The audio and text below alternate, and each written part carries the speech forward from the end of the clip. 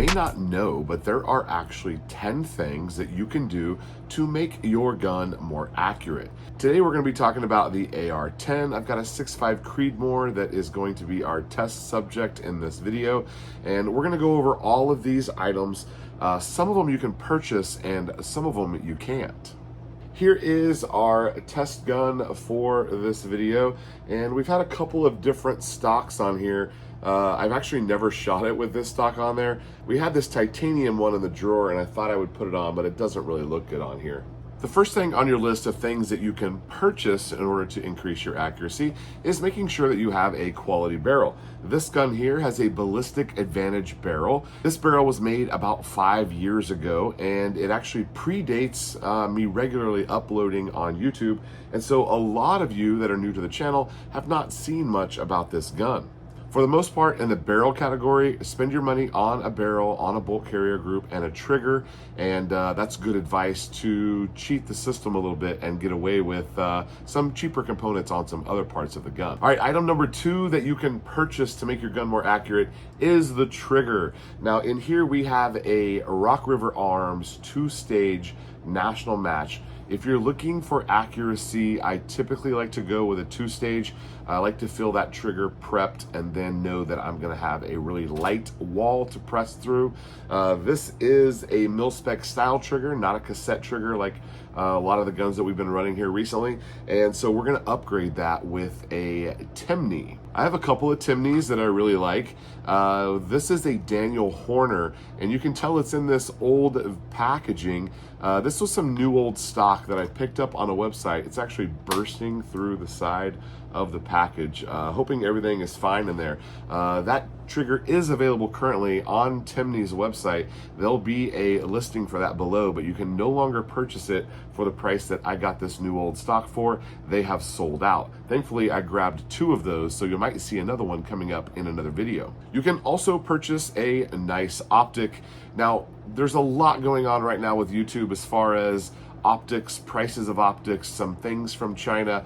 I'm gonna leave all that alone for now. We have talked about it before. We'll definitely talk about it again. For this gun, I chose a tracked optic. This is a really nice optic. It is not cheap, but it's also not $4,000. This is the tracked optic Toric, and it is the 25 zoom Ultra HD. Very clear, very precise.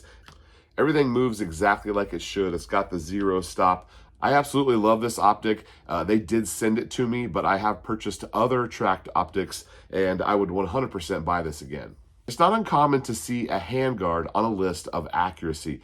Most modern AR-15s and AR-10s, they have a free-floated handguard. You're not really picking much up by switching to a different brand of handguard if it's already free-floated. What you're trying to avoid there is those older A2 style where the gas block and the front sight are clamshelled with a handguard. From a harmonic standpoint, that's a little bit tough to be consistent, and you will see some improved accuracy if you were to go from that to a free-floated handguard, but just swapping your handguards isn't going to help you out. All right, we've only got a couple of things left on this list as far as what you can purchase, and the last 2 things are things that you need to do. Ammo is the next thing on the list. You need to shoot a quality ammo if you're shooting for groups. If you're just plinking, having a good time, there's no problem with shooting some cheaper stuff. But if you're going for tight groups, you're going to have to spend the money on the ammo. There's not a lot of ways around that. You can obviously save some money reloading, but most of you are probably just buying ammo off the shelf, which is totally fine. My recommendation is just buy the same ammo. A lot of us are buying different weights, different brands. Every time we go to the store, we're picking up something different. When you get out to the range and when you want to know where your bullet's going to go, you've got to know what that ammo is. Next is your muzzle device. They do make a difference. I'm not convinced about the whole tuner thing, those muzzle tuners. Some people say they work, some people say they don't. For the most part, you just want a muzzle brake that is actually helping you and not hurting you. If you're going for accuracy, stay away from the linear compensators, the ones that push straight out the end of the barrel. I had that on this gun, and when I switched to this Anarchy Outdoors Titanium, my groups improved right away. There's a lot of great muzzle brakes on the market. I like the Ultradyne. They're all around $100 or more. Quality muzzle brakes are expensive. All right, the last two things on the list have to do with your comfort, but you can still purchase them in order to make your group smaller. The stock, this is in the comfort category, and the grip. Today, we're going to be upgrading the stock on this to the stock that it probably should have had from the get-go. This is the full-blown, full adjustable Magpul PRS style stock. I really like the stock. It looks good. I'm sure it's going to be comfortable. I've got the cheaper Luth AR version up here on our budget 223 accuracy build. And the cheek adjustability is nice. When you're setting behind the scope in the exact same spot every time, you can't help but shoot better groups. This is in the comfort category along with your grips. Now this grip comes to us from Adjustable Bag Rider. This is their vertical grip, and it's got this big finger spacer on the side that kind of doubles as a shelf. One of the reasons that I'm enjoying this is it forces me to put my thumb on the correct side of the gun for accuracy. This is for, tactical AR-15 stuff, and this is for when you want to shoot small groups. Get your thumb on the other side. You got a little spacer there that your thumb can rest on, but it also forces your finger to hit the trigger at the exact same spot every time. It's not uncommon for people to jam their finger all the way through, and they're actually engaging the trigger all the way down past that knuckle, close to the second knuckle of your finger. You can't do that with this grip because it's spaced off and it fits the same spot every time. This instilled a lot of confidence in my shots and made a pretty big difference right away. Dave over at Adjustable Bag Rider is the guy who invented that grip, and he also invented the Adjustable Bag Rider, which his company is named for. An absolutely beautiful piece of American-made adjustability right here. He's got a lot of research and design in that. The success speaks for itself. He's been sending me emails and text messages. He's got like maybe 20 or 30% of the top long-range shooters using his stuff. His stuff finishes tops in every competition, and this is something that you can own. I'll have a link for this. He makes a great product, and we're going to install this on the Magpul PRS stock. So we know the 8 things so far that you can purchase, but purchasing accuracy is a tough road. You do need to have some of these things figured out and correct on your gun, but you can get away with a lot of these being incorrect. The 2 things that you can't get away from is the practice and education and the technique. Now, you could lump these all together or split them out into 2.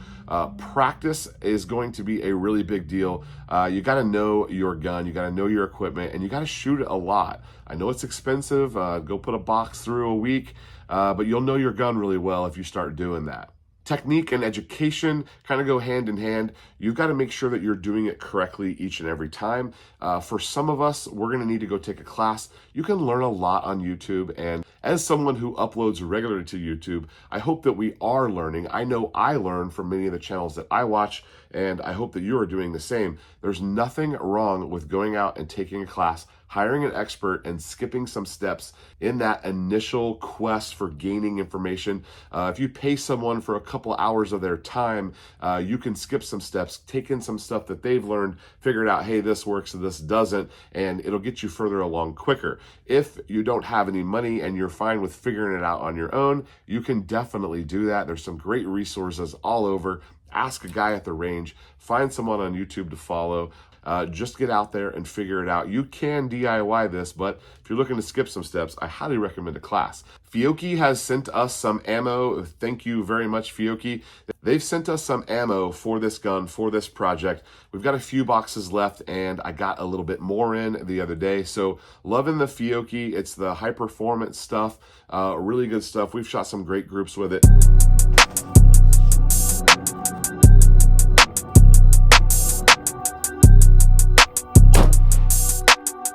I had an absolutely amazing time at the range the other day, and it was all due to this, the Adjustable Bag Rider. I am convinced that the combination of the Adjustable Bag Rider with the Long Shot Precision grip, got that finger spacer to put your finger in the exact right position. I'm convinced that those 2 components led to me shooting some of the best groups I've ever shot with this gun. And I never had accuracy issues with this gun. The Hornady white box always shot well for me. That Hornady match 140 grain. The Fiocchi that we've ammo tested, it always shot well, but I've never shot this well. Anarchy Outdoors on the titanium muzzle device, ballistic advantage barrel, live-free armory, upper lower handguard, the beautiful, reliable, my absolute favorite long-range optic. This is a 25 zoom Toric HD from Tracked Optics. Absolutely love Tracked. We have the long shot precision grip, the adjustable bag rider, and the mag pull stock. All a great combination for accuracy. And then we did the upgrade with the new Daniel Horner trigger from Timney. I didn't have any problems with the trigger that was in there. It was already a 2-stage and it was a national match, had a nice light pull to it, but the Daniel Horner trigger is just simply better. This is a cheap soft point S&B round, and it's grouping pretty good. That one's just over an inch. This one's just about an inch. And this one here is a 0.4 group, almost a 0.5, but a 0.4 group. So not hurting for accuracy from that at all. And that's a relatively cheap ammo. That has not been my best ammo, but it's the one that I had the most of. I ordered 2 cases of that 5 years ago, and I've been dabbling with it, hoping that it'll hit. It's kind of my my prepper round that I could stockpile a lot of for a good price. Bought that long before the prices skyrocketed on this, and at this point, I wish I had a whole bunch more. This is from Hornady. That is a 0.5.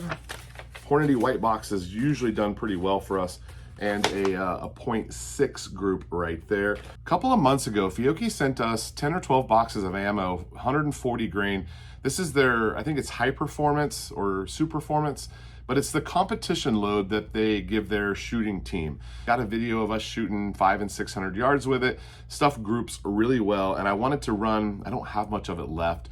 I wanted to run a couple of them through here just to show what it was really capable of. We have a 0.49 right there. That was good, that was encouraging. This one is a 1.1. You'll see the one that slipped right there. That was the second shot of 3. I felt it, I knew it, I really screwed up a good group there. And then the one that just had me giddy, this one actually came pretty early on. You probably can't even see what's really happening here. It's one big hole. The entire outside of the hole is a 2.68. And so if you measure the outside and you minus the diameter of the projectile, 2.68, I'm looking at like a 0.1, maybe a 0.18. I measured it at 0.18, but it's really hard to tell when they're that small.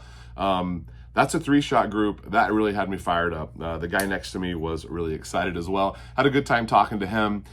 He was shooting a 7mm Magnum, I believe, and it was really loud, and then he put the suppressor on, and I was absolutely shocked at how quiet a 7 mag was with a suppressor. It was a new gun for him. He was just getting it dialed in, but talked to him quite a bit, had a good time. If you are serious about shooting tiny groups, I can't think of a product that you should look at more so than the adjustable bag rider and getting a precision grip. Those vertical grips with the thumb shelf and the spacer that puts your finger. So this gun forces my finger to be, let me see if I can show you. My finger is spaced out right there due to that spacer, and so only the exact same spot of my finger is allowed to touch the trigger. I'm not allowed to reach my whole finger through there. It's hitting at the exact same spot. So I can develop that consistency with my pull right there, and you can see it's just kind of spaced out a little bit, and it makes your finger pad hit the same spot of the trigger every time. And you might not think You might not think that would make that big of a difference, or you might think, hey, I can control that. You probably can. This forces you. You have no other option. Your finger hits in the same spot every single time. Getting that stock dialed in, length of pull, having that adjustability, big deal. So that PRS stock from Magpul, a great addition. I don't really need the comb to come up very much because I have a big head. So the adjustable combs aren't that big of a deal for me. But this is set up for bench rest, and you do need a little bit more comb when you're in the prone. After you shoot the gun, things settle a little bit. You're gonna want to come up or down again. You can just really quickly, and it was pretty intuitive to just decide, okay, I need to go up, I need to go down. I got pretty quick at it, and I've only used it one time. There's a couple of ways that you should purchase accuracy, and then the rest of it is basically all on you. It's about your training, your technique, your consistency. But there's some things like ammo and some stuff like that that you can purchase to make sure that you're being accurate. I like to make sure that my equipment is capable, and then I know that the rest of it is on me. So if it doesn't perform, it's me. If I'm having problems here, I know it's me. I like to put all of the weight onto my shoulders so that my equipment is good. If there's a problem, I know where to look. We're gonna be digging into some projects, and I'm excited about it. All right, guys, thanks for watching. We'll see you next time. All right, I'd like to do another 10-shot group with our 6 arc